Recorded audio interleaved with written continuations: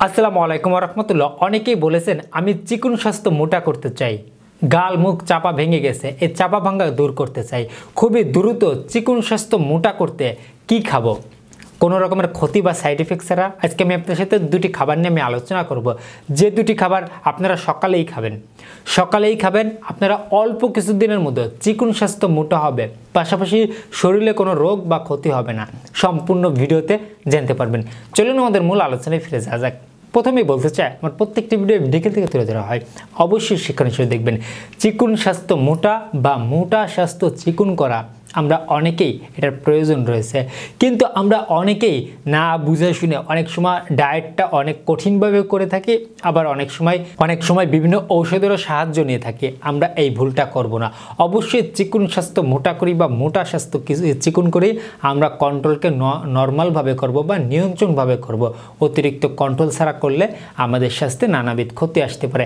আমরা চিকন স্বাস্থ্য মোটা করতে গেলে আগে আমাদের রাতের ঘুম ঠিক আছে কিনা, খাবারে পর্যাপ্ত পুষ্টি ভিটামিন মিনারেল বিভিন্ন প্রোটিন সমৃদ্ধ খাবার আমরা গ্রহণ করছি কিনা, আমরা দৈনন্দিন কি কাজ করছি, কতটুকু পরিশ্রম করছি, সেই অনুপাতে আমাদের খাবারের মানটা ঠিক আছে কিনা এদিকে একটু লক্ষ্য রাখতে হবে।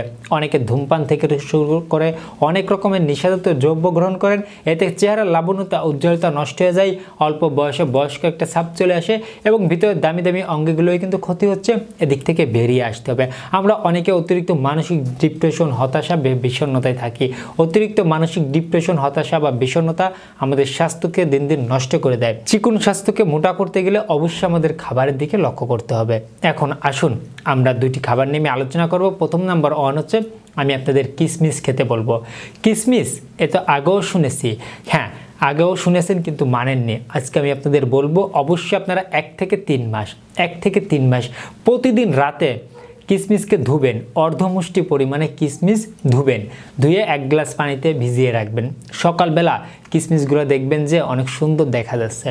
সেই পানি সহ, আর একান্ত পানি সহ না খেতে পারলে শুধু কিশমিশ সহ কিশমিশের পানিটা আপনি খেতে পারলে এটা খাবেন খালি পেটে সকালবেলা ঘুম থেকে উঠে।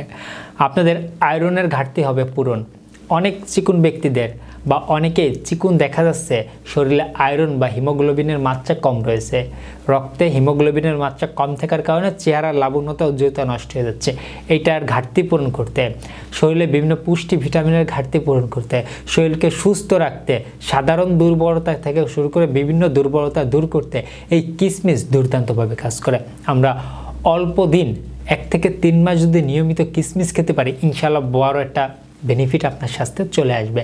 এখন আসুন, সকালে একটি খাবার হয়ে গেছে, দ্বিতীয় খাবার আমি আলোচনা করব।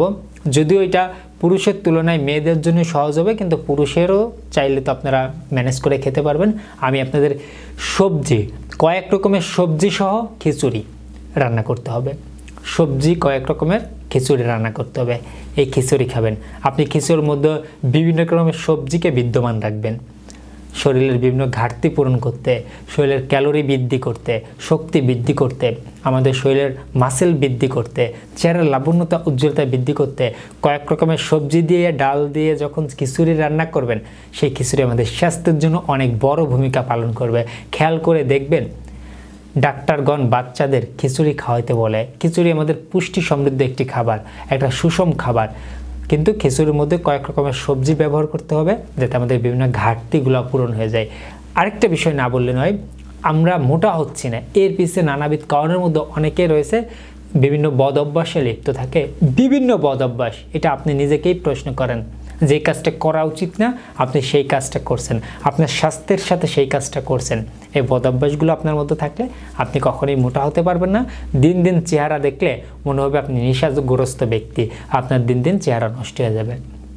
তো এই দুইটি খাবার যদি আপনারা কন্টিনিউ খেতে পারেন, 1 থেকে 3 মাসের মধ্যে চিকন স্বাস্থ্য আপনার মোটা হবে। খিচুড়ির মধ্যে অবশ্যই বিভিন্ন সবজি যেমন আলু রয়েছে, কুমড়া রয়েছে বা আপনাদের অন্যান্য যেই শাক সবজি রয়েছে, এগুলো কিন্তু আপনারা ব্যবহার করতে পারেন। আমি আশা করি বিষয়টা অল্পের মধ্যেই বুঝতে পেরেছেন।